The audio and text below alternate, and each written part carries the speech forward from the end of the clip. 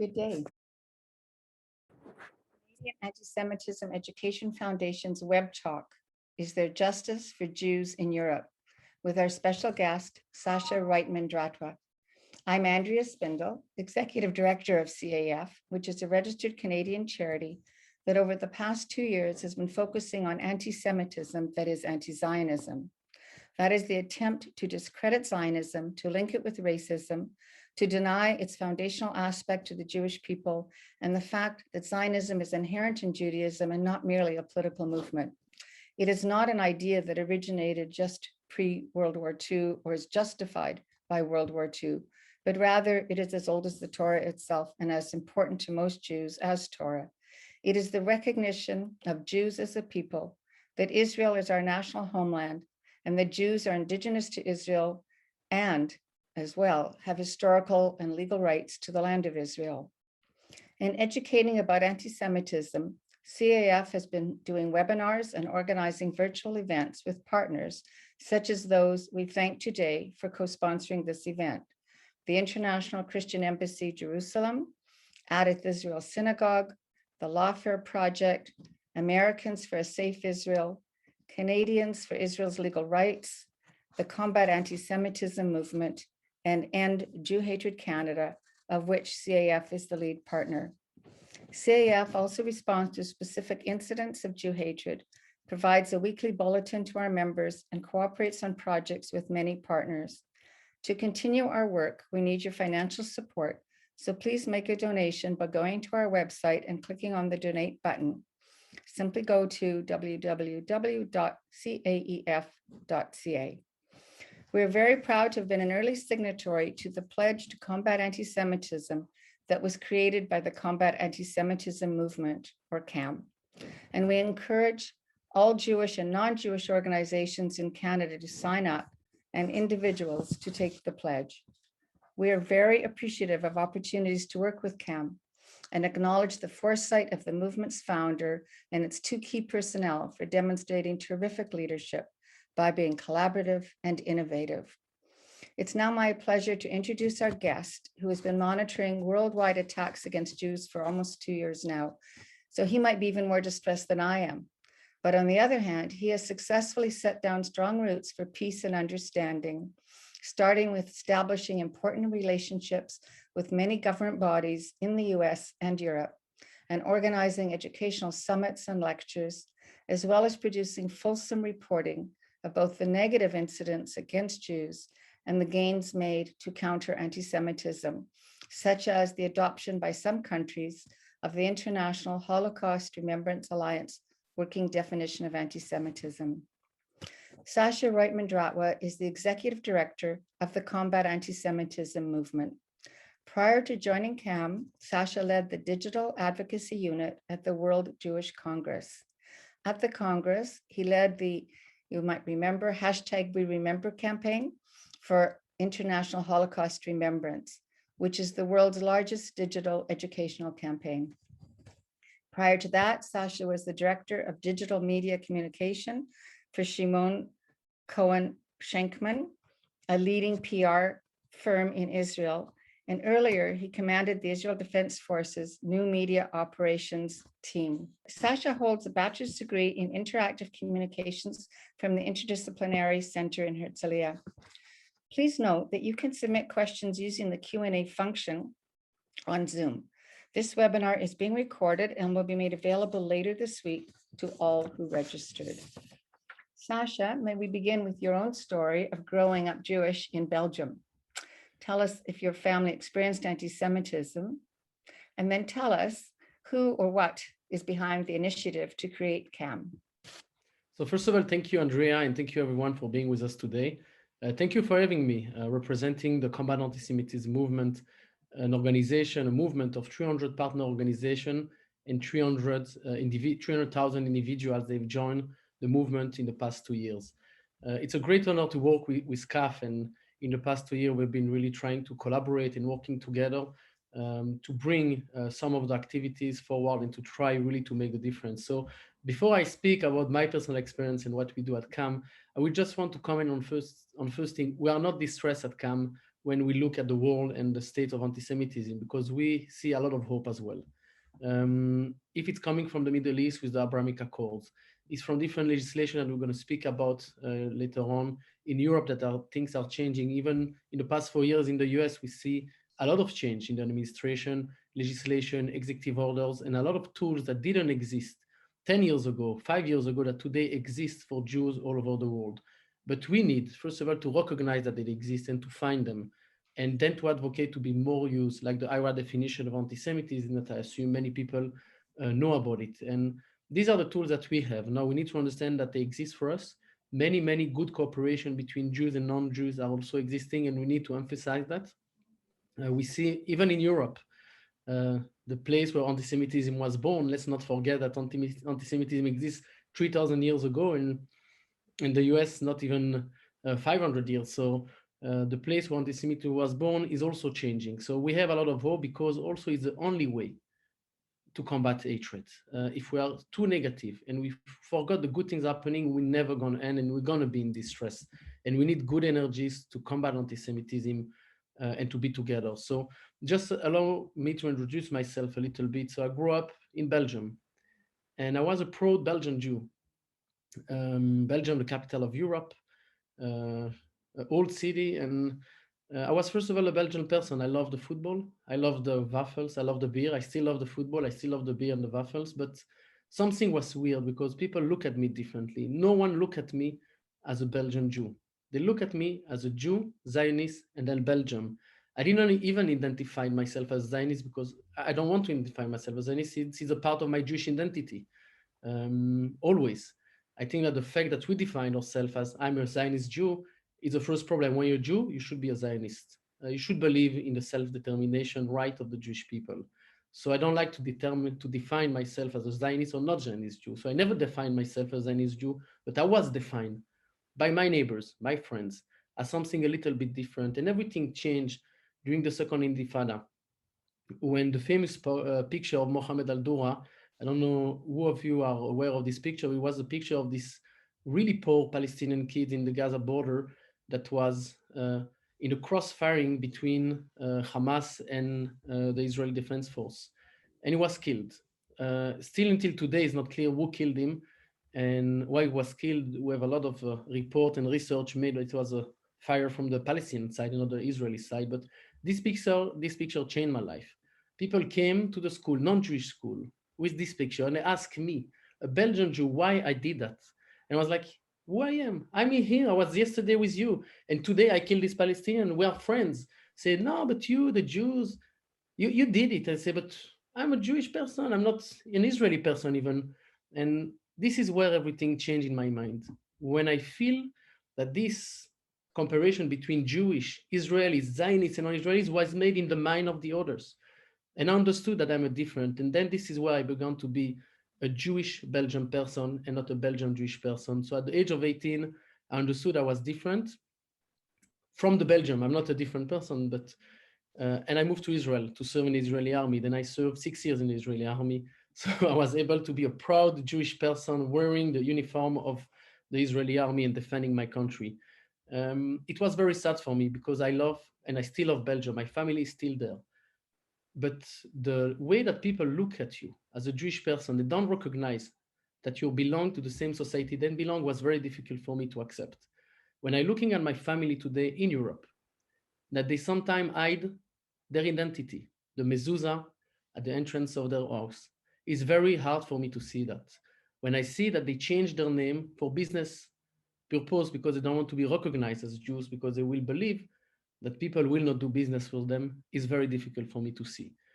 And this is why I'm dedicating my life to who I am. I'm a grandson of Holocaust survivors. And I think that we deserve, for the memory of those that perished in the Holocaust, to combat. When we see the numbers, that people don't know what Auschwitz was, they don't know to mention even one name or two names of death camp during the Holocaust. It's 75 years after the Holocaust. It's a big problem, and we need to fight. This is our fight, and this is what I'm doing every day. So this was a little bit about myself. I had the chance to live in New York for many years. Now I'm living back in Israel with my wife and my child. And 2 years ago, a bit less, I had a chance to get engaged in the combat anti-Semitism movement to build something different. So to your question, Andrea, what we do, we try to be different. We try to understand that we don't have all the solutions to combat anti-Semitism. And those that pretend they know it's a big problem because for 3,000 years, no one succeeded really. So first of all, we need to accept that we don't have all the solutions, but where the solutions are, and this is the big question that we ask ourselves at CAM. The solutions are by working together, Jews and non-Jews. And this is why we are building a movement of individuals and organizations, but also an interfaith movement, Jews, Muslims, Christians, and people adherents of other faiths. So we're working toward building a coalition, grassroots also activism with a lot of people that just want to express and work with us. We're doing a lot of advocacy and diplomatic work. I'm gonna present it to you in a few minutes. The big project that we're working on taking the battle of anti-Semitism to the streets by working with mayors across the globe. We're launching next week in March 16 the big mayor summit against anti-Semitism with mayors from Canada, Lithuania, Belgium, United States, Portugal, and Spain, and many other countries. So we really try to develop a lot of tools, a lot of projects to work together. Thank you. I'm going to get into some of that. But just before I do, if you wouldn't mind, Sacha, I've received word that there may be Holocaust survivors that have joined us today who are actually in France. And you mentioned your grandparents were survivors, and I know you speak French. So maybe you could just send a greeting to those folks who are watching. Non, pour tous les francophones et les Français qui se joignent avec nous aujourd'hui, pardon, bienvenue et j'espère qu'on aura vraiment une très bonne discussion ce soir. Et si vous avez des questions, vous pouvez les poser sur le chat et c'est avec un grand plaisir. Donc, merci d'être venu ce soir. Thank you. And I appreciate that they've been in touch and have expressed interest in this topic, particularly because, as you said, there's been a lot of anti-Semitism in Europe and they're living it. And let me just give you a quote and get your reaction. While you've spoken about the positive, this came out on March the 7th from IsraelUnwired.com. You're probably familiar with that website. And the quote is, attack after attack in France, in the rest of Europe, America, all over, you name it. It seems never ending. Thank God no one was hurt this time, but the situation could have been devastating if the brave parent security team didn't stop the attacker and the French police didn't respond quickly. So that's very recent. That's very serious. Thank God we have not seen physical attacks in Canada. We've got online hatred and vandalism, but so far, nobody's been so seriously hurt. Can you talk a little bit about that incident and what is happening in France? Yes.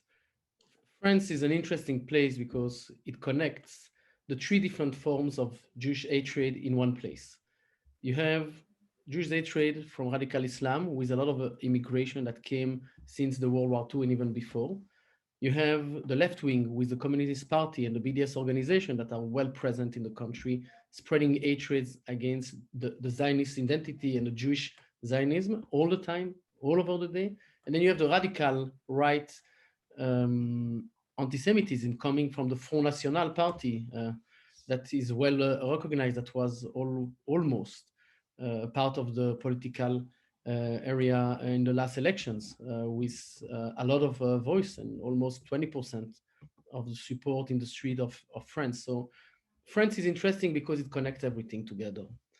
Now, the danger is that in Europe, Jews are really a big minority. In United States, is a bit different. But if you go in Europe, a country like Belgium is 30,000 Jews, even less, 25,000 Jews. Depends who you ask.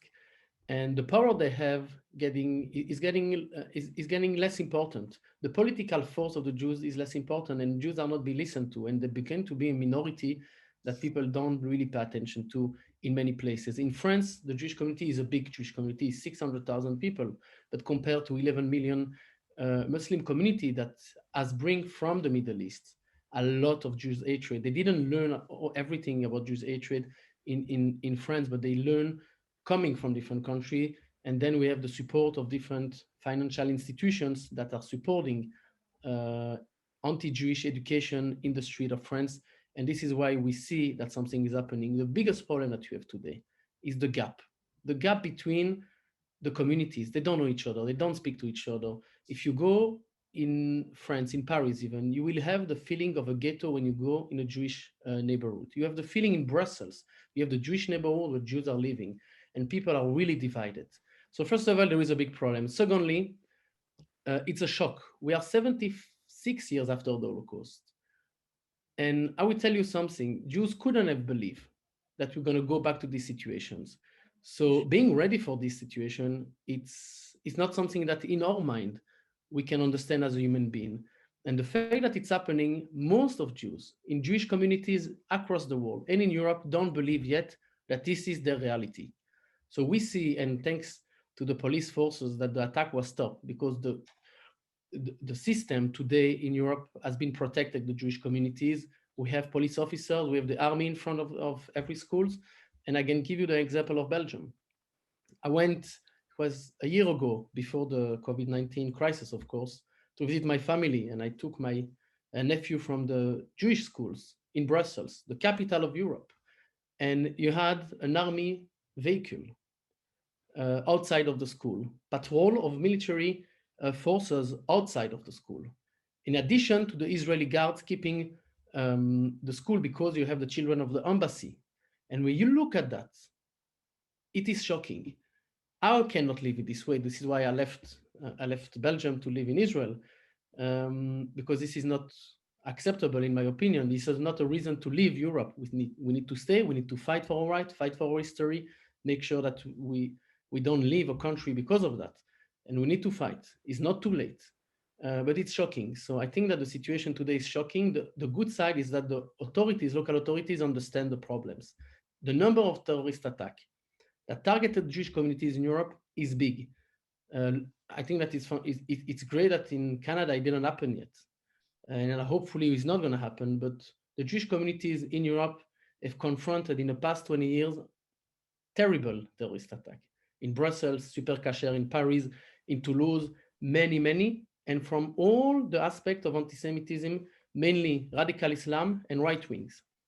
So we see that it's happening. The left wing never really attacked physically Jewish community. They never killed anybody in Europe, but we see them on a much more day-to-day approach of terrorizing on the communities, young people in the street. So it's happening. The good side is that a lot of legislation are being implemented in the past 5 years. I hope that it will reflect in the ground and things will change in the communities, but there is a long way to go.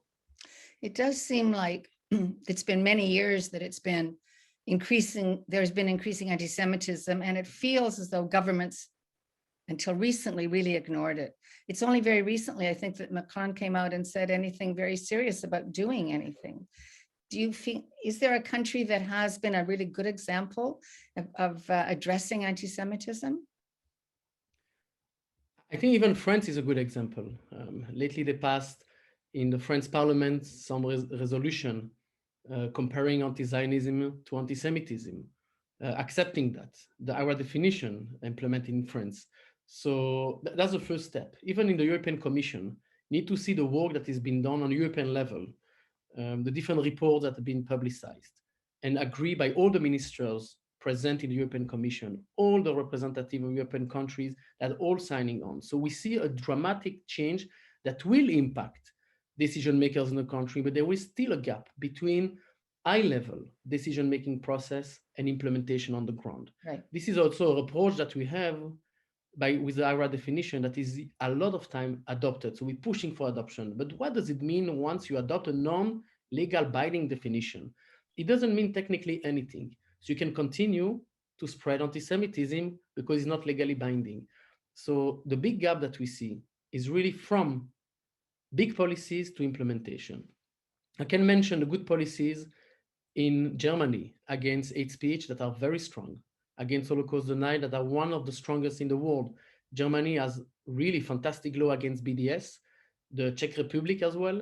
So if you look at the map of Europe, because we're speaking about Europe today, and the legislation that have been adopted or implemented, they are fantastic. But the problem are not the legislation anymore.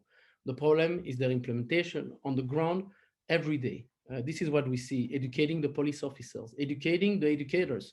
This is a big gap that we don't see. I think that in my position 20 years ago, if I had to speak about my story to someone in the educational system, no one will ever listen to me. They will even respond, yes, you're a Jewish person.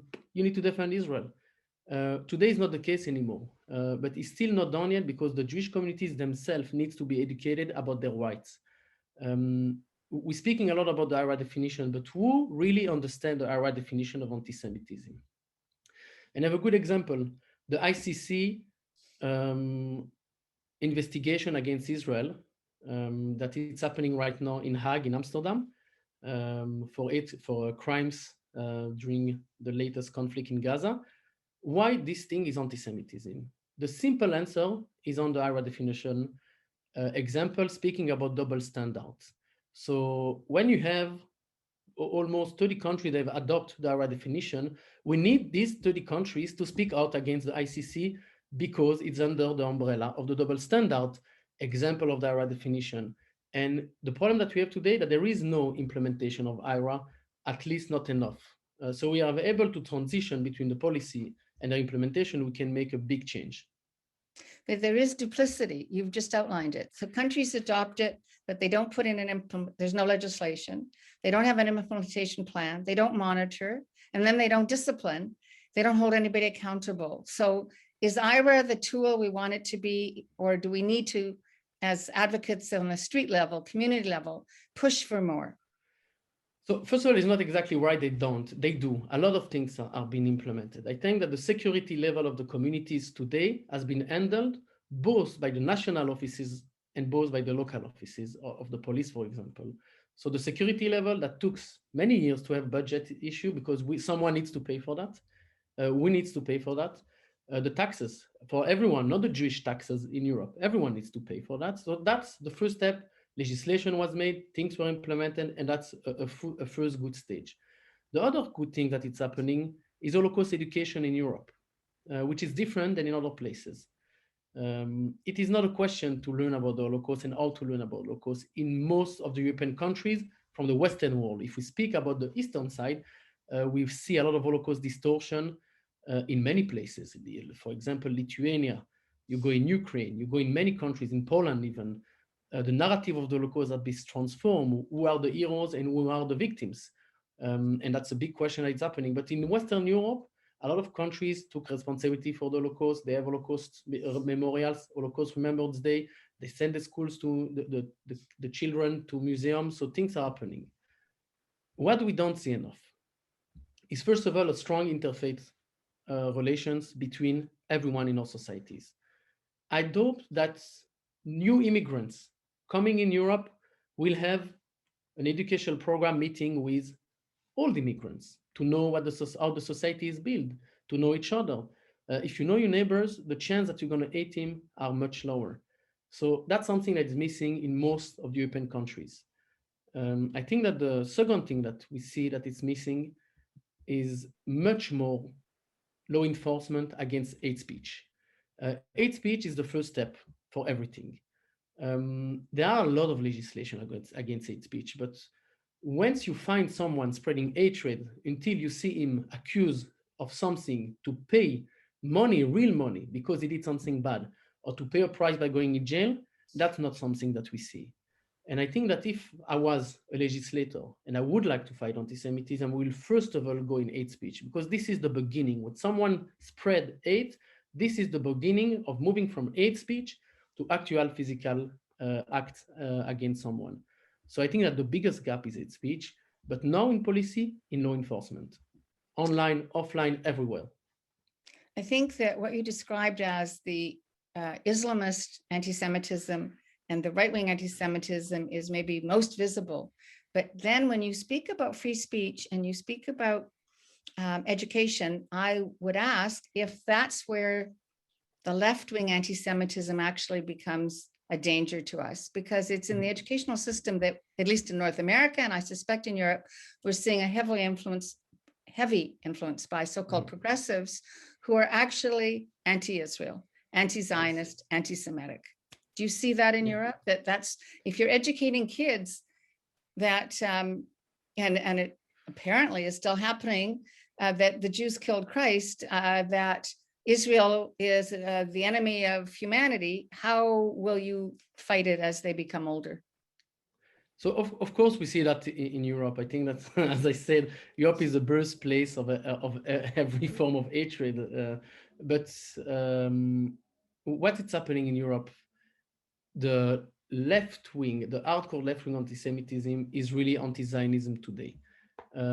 Is hiding himself against the hatred of Israel, against with the support of the Palestinian people, and how the David and Goliath narrative has changed, has been transformed. And that's something that I've confronted myself. I've seen myself, my family sees that every day. So that's happening in the street of Europe every day. I think that is also one of the most dangerous one, because it helps the two other forms of anti-Semitism to spread their hatred in a different ways.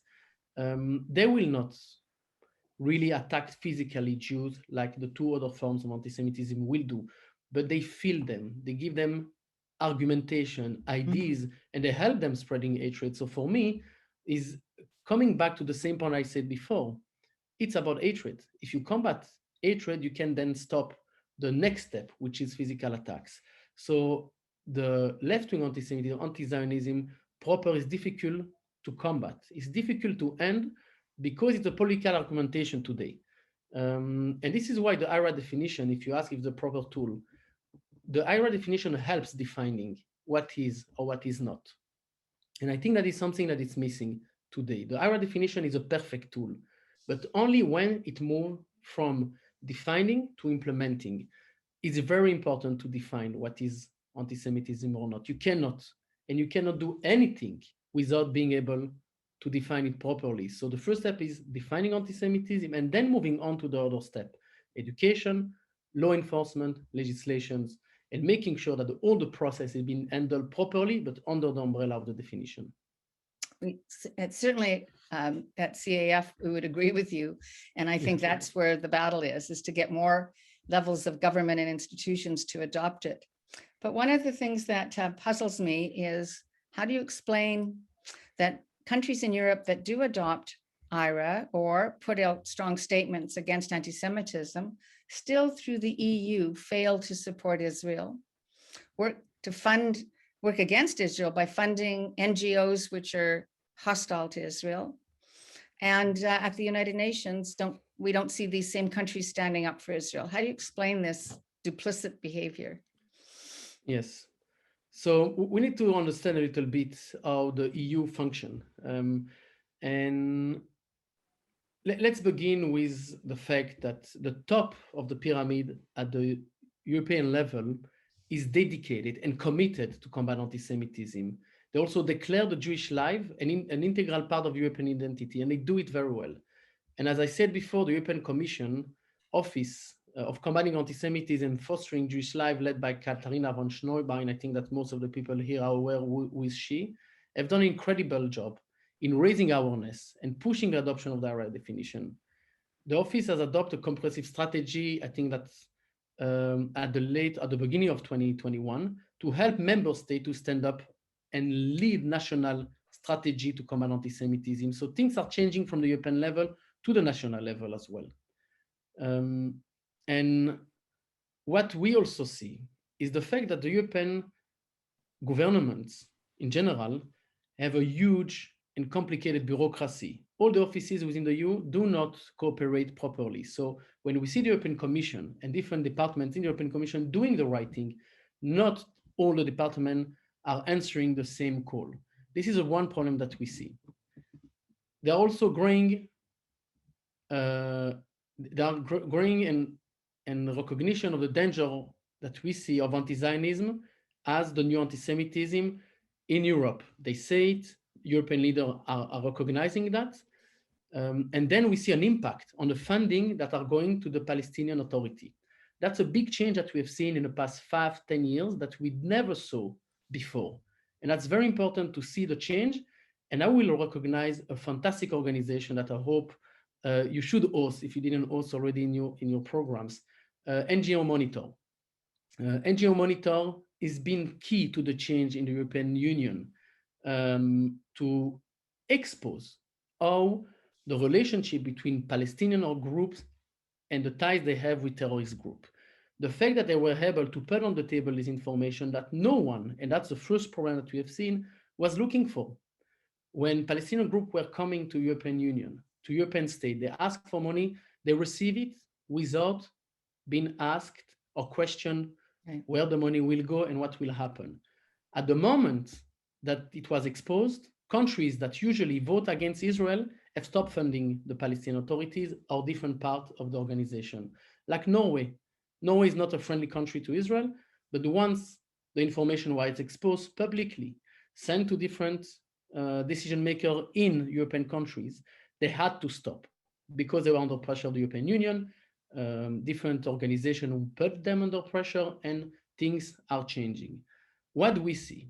If you look at the top of the pyramid, European Union today don't, and it's very difficult to get money from them to Palestinian NGOs. They don't give, they need to open their books to prove where the money goes.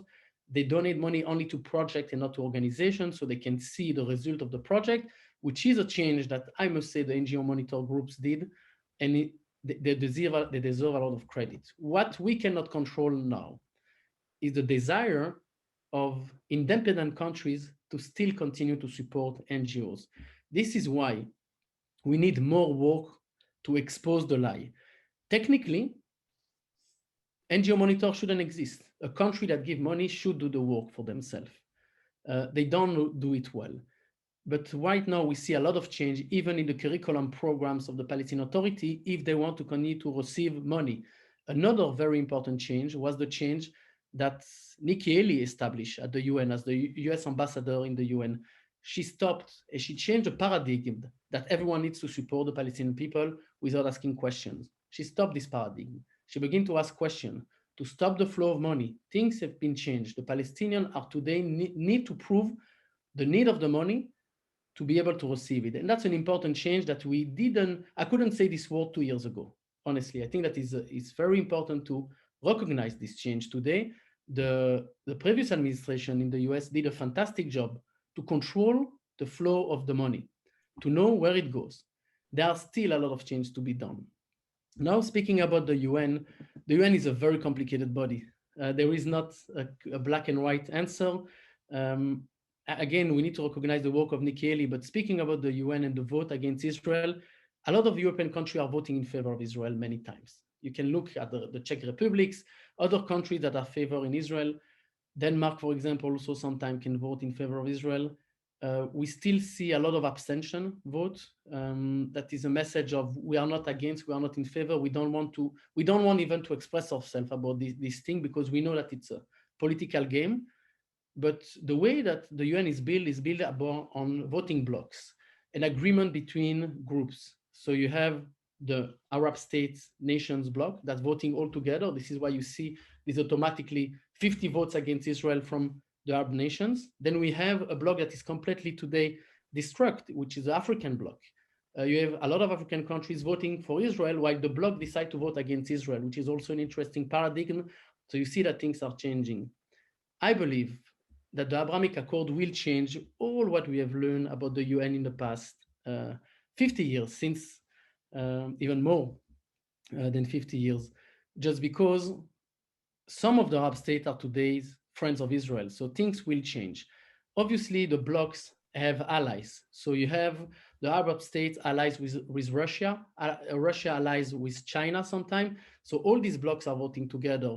The relationship between the allies and Europe is also in alliances with the Arab states. So sometimes they don't know who to vote because they want to be in a business relations with Israel, and they also want to be in a business relation with some Arab states that are boycotting Israel.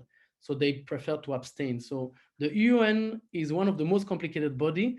I think that it has proved itself that is not so relevant, that the world can deal with major problems without the UN. The COVID-19 pandemic, honestly, was handled by countries and not by international bodies. The European Union also is suffering today for not being able to distribute the vaccine across Europe properly. So we see that these major bodies that need to reach a point of crisis, they don't know how to be used. So it's a lot of places where people can talk, spend a lot of money and spend time, but the real things are happening outside of the UN. So it's very sad that an organization like the UN is not serious like it should be. It should be used to create peace, to create prosperity, to bring nations together, but it has been hijacked to divide between nations, and that's very sad. I would totally agree. I'm cynical enough to think that the UN has lost its purpose and that many of the countries are duplicitous because it's a convenience. They do know the facts. They've known for a long time. NGO Monitor is fabulous, and a lot of the information they brought forward has been known. I think the difference is that they're exposing it and embarrassing these governments by publicizing it. The big difference is people on the ground now also know what NGO knows, what NGO Monitor knows, and what the governments know. Bureaucrats have known. They just, I mean, look at Canada. Canada has all the information it needs to know that UNRWA should not be funded. And now we fund it. Is that not also true among European countries? Are they not also giving money to UNRWA? So allow me just to react first of all to something about the UN, because it's important to understand UN is not controlled by the UN staff. So the UN Secretary General today speaks about anti-Semitism, about anti-Zionism, is a fantastic leader. The Director General of UNESCO, Audrey Azoulay, for example, she's a fantastic leader. But the UN is controlled by the member states at the end of the day. They put decision on the table and they vote. So the UN people win, some of them, and not all of them. Today, at least the leaderships are fantastic. The UN Secretary General has appointed for the first time in the history a focal point on anti-Semitism, Moratinos, that is being handled to guide the UN how to deal with anti-Semitism on all the levels, inside and outside. So things are happening. The fact that UNESCO, by the way, receive a very generous budget from Canada to help on Holocaust education is very important. And that's many things that the world doesn't know because we see what member states are doing. So the organization themselves try to do a good job. The member state, it's totally different because of the voting system that you need to understand. I think that I forget your question by No, that's okay. I was just commenting that I think there is a miss between what is said at the political level and how the votes take place. I was just making that point. And I think that often the information is in front of people and they choose to dismiss it. And the only explanation is simply anti-Semitism. They carry these attitudes and then that's what plays out. It's anti-Semitism, a lot of political pressure from outside that they're receiving because they need also the oil to make the economy function. They need to balance between who they support, and this is a big problem. Sometimes we forgot that Israel, at the end of the day, is a minority country, as a country in the Middle East, with more than 70 million Arabs surrounding Israel, and the paradigm of Israel being the Goliath, and then David has changed, and this is the problem. Israel is still a minority. The fact that we have to struggle so hardly to build a strong army, to build a strong economy, a strong identity, and strong everything is because we are still a minority countries. If today other Arab states around the world decide to destruct Israel, they can succeed. And we need to never forget that. We are still a small country. Right. Yes. And that's true in the countries, as you described. The tiny percentage of Jews in any European country speaks to that as well. If you've got 11 million Muslims against, what is it, a few dozen, 30,000 or maybe 600,000 Jews, it's a very disproportionate. So I can understand that. You spoke also about how the leadership at the EU has changed and how NGO Monitor has influenced that. But is it not also true that the EU is still funding the building of Arab homes in lands that are designated Israeli in Area C in Israel? I'm not aware exactly all the funding, where they goes and how they're being handled. But there is still a problem of funding that needs to be addressed, needs to be analyzed, needs to be answered. I just know that a lot of efforts have been done to change that, both from the funding countries that wants to control where the money goes, maybe just because of bad PR, they don't want to be badly in the press about that. That's one of the reasons. It's not a good reason. You should do that because you believe in your cause. Some other countries see that things are changing. I think at the end of the day, the pressure that Jewish organizations, the Israeli diplomacy has been doing to really show the world what Israel does has a lot of impact. Is not enough because the other side is also working very hard. They wake up in the morning to delegitimize the state of Right. Israel every day, and this is the only work. When I was in the Israeli army, I was always saying, our work is to be a professional army. Their work is to be a professional PR company. And we had a small staff dealing with the PR image of the Israeli Defense Force. Right. My work was to reflect what the army does and not to reflect another reality. We have an enemy that the work that they do is not to take care of being a professional army, to being an advanced country, to delegitimize Israel. In one day, maybe Israel will disappear and then they can control something. And this is a difference where we invest the time and the energy. I think that Jews also, you see, they try to invest their life in building their own life, their own family, their career, their businesses, or their dreams.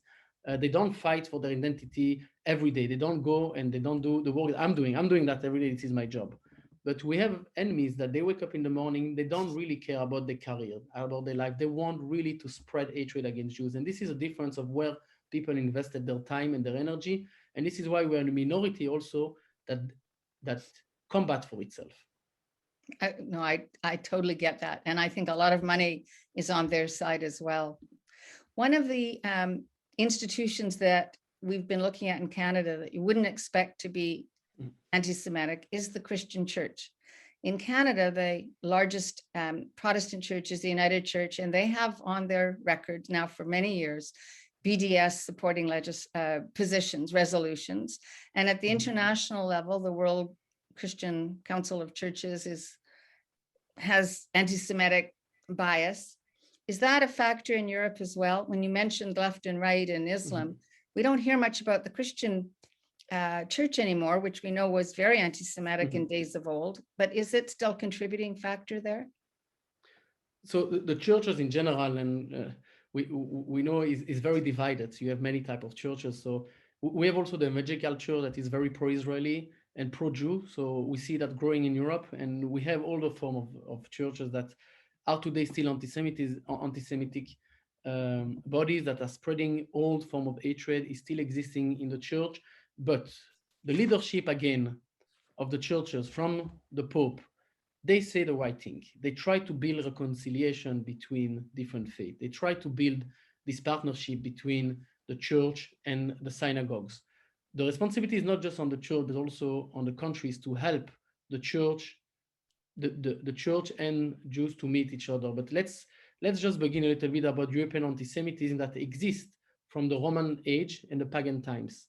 Christian anti-Semitism can be described as the root of many forms of anti-Semitism that has taken old and various ideology, including fascism and communism through the history.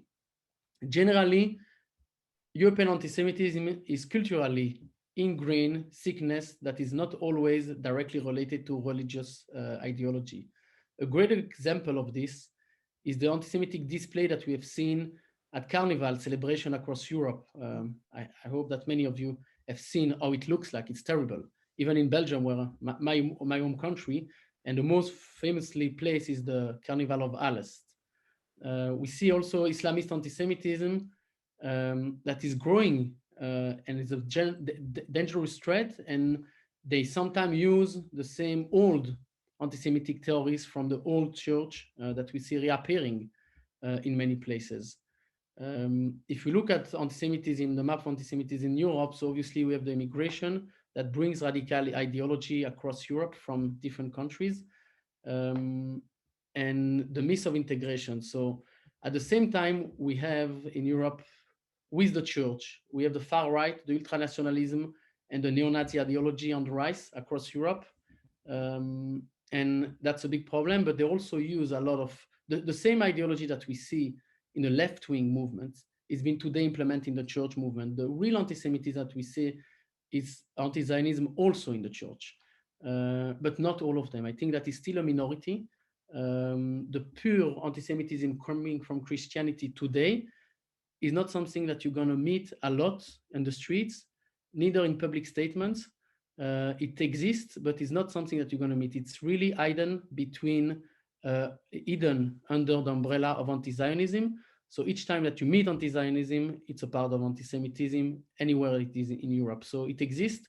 They are also a political party. So you mentioned the Council of Churches, that it's also playing as a political game in Europe to try to set up some certain standard, which is also a danger that we try to, a threat that we try to identify and to speak about. So it should be out there. So yes, it is a problem, but not a biggest problem, and is getting down a little bit. So I think that there are other forms that are growing, and this form is changing. I'll try to move to some of the positives then. I can appreciate what you're saying about the changes, and actually hearing you outline it makes me feel better, because as a mass, there's a lot more happening than just individual country decisions. One of the changes is within sports teams. Yes. Can you speak about why that's important? I know there are a number of football teams Yes. that have adopted IRA. What's all that about? So that's a part of a bigger picture that is not on the sport team, is on the city level. This is why we like to work on this initiative of mayors. So many people around the world, they will identify Manchester as a football team and not as a city, Barcelona as a football team and not as a city.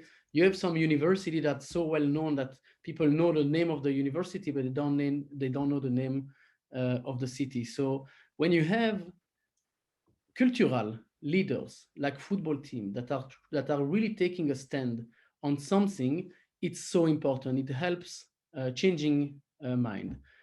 Football and soccer for US speakers in Europe is the most important thing.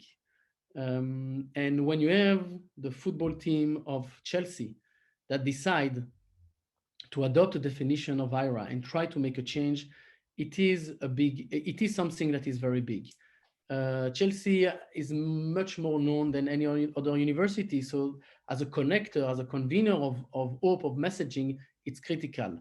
It's also a part of the strategy that Lord John Mann, the special advisor on anti-Semitism of the British government, has been implementing, understanding that to change and to make a change, it needs to work where people are being interested today. So people will watch more football games than any type of documentary on anti-Semitism, on the Jews. So if you can go where people are, it will be much easier to convene new ideology and new ideas. So football is critical. Universities are critical, but they are all under the umbrella of working into a city. It's not a government, it's a city. And when a city when a football club like Chelsea is playing against another football club, it's also national, but it's also international. These football clubs are playing on European level, on international level, and they bring all the supporters with them. Chelsea, for example, has 100 million fans on social media. We spoke about the Remember campaign, they all sign for remembering the Holocaust to 100 million people. So it's a big message. So working with football team can impact the world much more than working with high-level policymakers that people are not really big fan of them. So you look at the following online and you understand with who you need to work to change the state of mind of the society. So the sports and entertainment world can serve as basically like an advertising arm for the message. That's the way you're describing it, right? Definitely. We did last month, not 2 months ago, on January 27, we launched a campaign with a TikTok star with 40 million followers, Baby Ariel, that she put a statement against anti-Semitism for Holocaust remembrance. And I don't know if any one of you had the chance to go on TikTok, but it's not even my generation anymore. I don't understand what's happening there. But when you have someone with 40 million people, and this is what they like, this is what they want to hear, and they hear their follower, their star, and their person to speak against anti-Semitism, much more powerful than everything that we spoke about the UN, about the European Commission, about states, about change, because these are the young generation, and they need to have support from people that they like and they love. Well, since you're talking about online, maybe you could also speak about the difference between how online hate is being dealt with in Europe and in America. Yeah. So we do that briefly because it's very simple. The legislation in Europe are much harder because of hate speech policies and the way that United States is handling freedom of speech and expression. In Europe, Holocaust denial, for example, in most of states, like in France, in Germany, is against the law, against any legislation. So it's very easy to shut it down. In the United States, it's different. So once you have strong legislation on a national level, then you can go and work with the companies to implement them. So the advantage of Europe is that the freedom of expression is much different, understood and accepted in the society than other places. Also, Europe, let's not forget, is where hate speech lead to mass murder more than in other place in the world.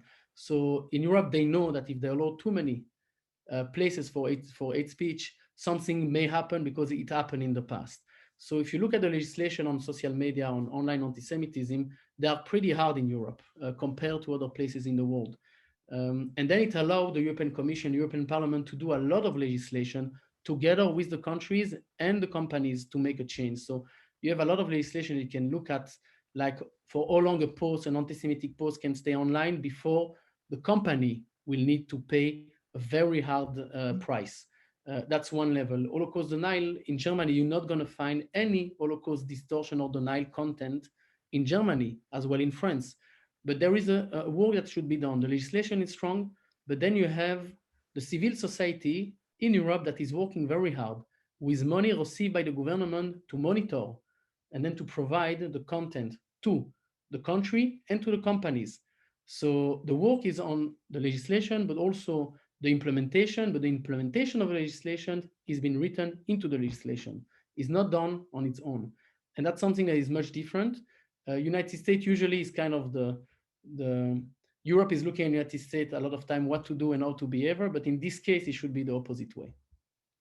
Nazi parades have been allowed in the US because under Amendment, First Amendment, it's your right to say whatever you like as long as you don't say you're going to kill anybody. So it would be very hard to get the kind of legislation, I would assume, very hard to get the legislation and support that you have in Europe. But let's be clear. We had Nazi parade in Bulgaria, the Lukov March. For decades, it was happening. The Lukov is a collaborator with the Nazis regime. So you had all the neo-Nazis from Europe coming to Bulgaria to march every year. The Bulgarian government did a lot of work on the policy of hate speech to take this march down. The mayor of Sofia did a lot of work. So we had neo-Nazi march in many, many countries, mostly in the eastern side of Europe. But we saw 2 weeks ago in Madrid, a neo-Nazi parade, also a small one. So it's happening in Europe. So I will not say that it's not happening, but when it's happening, they have more legal tools to stop them and to find those responsible and to end them. The problem that everything they're moving, Europe is a small continent. They're moving to the Eastern Europe, which is a bit different type of legislation. So because Europe have open borders where people can travel from side to side if they want to do a Nazi parade. Can you say a little bit more then about what the cities are doing? I'm very interested in your summit for mayors that I think is global this year, yes? And what are some examples of cities that have really done a great job in addressing anti-Semitism? So first of all, you're going to be invited, and I invite all of you to come to the summit next week. I think that you're going to learn exactly. I'm not a mayor, but I've been working with a lot of mayors, but I will take the example of Vienna. Vienna, first of all, has established, the capital of Austria, has established a working group into the city hall of police officers, educators, legislators, and everyone that may impact the world of racism, hatred, anti-Semitism, to work together on a monthly basis. They have a monthly meeting, they discuss, they implement the implementing program. And the first step they develop is, let's speak about it internally, on our level. Let's not forget the mayor is waking up in the morning to discuss how citizens are feeling, to feed them, to make sure they have water, the streets are clean, but the people are safe. So Vienna is a great example because they begin with a discussion and then they implement a project. Project they're implementing is places for all faith. All faith can come, can pray together, can meet each other. As a Belgian person, I never had the chance to sit with a Muslim person in Brussels, to meet, to discuss, to have a lunch, to celebrate one of our holidays together. So Vienna is implementing this kind of project. So we've seen also extremists coming to Vienna lately. So it's very sad, but they have a lot of projects. I think that in the world of post-trauma, we saw the mayor of Pittsburgh in the United States doing a fantastic job to rebuild the community, but to rebuild also the relationship between different faiths into the country. I think that's something that we're going to hear from him, which is great. The mayor of Athens that stand up to any type of defamation, hate speech against the Jewish community, that we will speak about the responsibility of a mayor and the public appearances that mayor can impact the citizens. So that will be also very important. On the other hand, how legislative tools can be used by a city to stop a neo-Nazi party that was growing in Athens. So it will be very interesting. The work that we do with mayor is divided on topics. One, prevention, how we can prevent from hate crimes. Then we have security and law enforcement, that on the city level, which is much more different on other level. We have also interfaith relation, which is critical, and then post-trauma and reaction to hatred, to an anti-Semitic crime, because we need the mayors to be able to react to any type of crime. So we're going to discuss all of that. It will be very interesting. Mayor of Buenos Aires will come as well. So we have big cities, small cities that will all share the story. I think for the first time, we're going to have the three most important cities in the United States have been victim of anti-Semitism in the past 2 years, with the mayor of Pittsburgh, of Poway, with the attack in the synagogue, and also from Muncie in New Jersey, that we've seen lately also an attack. And we will all speak about the reaction and how to heal the society. I want to encourage everybody to register for your event, Sacha, because I watched your last summit and also the event you had from Albania, I believe it was. Yes. And they are fantastic, and it does bring the world closer together. People can see how one place can influence another. One of the things that Canadians should watch for is that I understand the mayor of Toronto, the largest city in Canada, Mayor John Tory, will participate, but we have not heard from him on the IRA, on the adoption of IRA. So I'm hoping that you're bringing him into this conference will help him to understand it's an important tool, and then we can help to make that, the follow-up happen of getting IRA adopted. I hope that's on your agenda too. IRA is, no, first of all, we are glad that the mayor of Toronto agreed to come and to share. It's an important city in Canada, but also in the world. IRA is always on our agenda. I think I spoke about it a lot here today as the first step in the first stage. And we're going to mention it a lot in this conference. And if I have a city that will adopt IRA, is much more important than the country, because a city can then have implementation program in their schools with the police officers. Usually a city control the police forces, so they can educate the police to recognize hate crime and then to punish hate crime properly. So yes, we hope that you will join, and it's not the only Canadian speaker. So so I'm pushing for people from Canada to participate, to listen in. And we're coming to a near close. There have been some questions I've tried to cover, and I would like to give you the opportunity, Sacha, to wrap up and tell everybody what can they do to be part of your movement. And also, I know that Combat Anti-Semitism has also been part of the movement called End Jew Hatred, which CAEF has launched in Canada, and we're looking for individuals who want to get involved. I don't know if you can just tell us how they differ, how you collaborate. What would you like people to do after they've heard your presentation today? So I invite everyone to, first of all, to think what they want to do. I think that it's a matter of, if everyone can bring their own identity into this fight, it will be fantastic. We were working with people that have writing skills, that they have singing skills, that they know to write poems, and that they know to draw. So everyone can contribute into something. And I think that is a personal battle that we need to take upon ourselves. Someone are good writers, so I recommend them to write in their Facebook page, to write to newspaper, op-eds and everything. So just think about what you want to contribute in the fight, and then we can work with everyone. This is what we try to be. We don't want to tell someone what to do. We want to take someone that has a willing, has an idea, and then to work it with the person to implement. So we are very open in the way, and we do that because we don't have all the answers how to combat anti-Semitism, but we believe that bringing everyone ideas and skills, this is how things will change. So I invite everyone to join the movement by going on our website, combatantisemitism.org. You just can register there. You can go to see which type of activities we're offering. You can join them. We have contests sometime that we're opening. We're opening very soon a new contest for everyone to join the fight against anti-Semitism. We have different programs that we are offering to everyone to join. And this is the first step. And if you're interested, then we work one-on-one with our team to really work with every person that would like to be engaged in this fight. To your question about NGO hatred, I think that I don't compare. I always say that we are small in numbers, so the more we have organization and groups coming together and try to really organize themselves, it's a good thing. So we are a member of NGO hatred as well. We are a proud member. They're a proud member of us. So we are very much open to new groups and new ideas. The only thing that we try to be is being an interfaith group, working with Muslims and Christians. We cannot work among Jews only. And we really, I think that last year we even worked with the Muslim War League to organize different campaigns to recognize the work of the Sheikh Mohammed Alisa that for the first time visited Auschwitz-Birkenau. We had a big celebration for him. So the work that we try to do is connecting between Jews, Muslim, and Christian a lot as one of the solutions.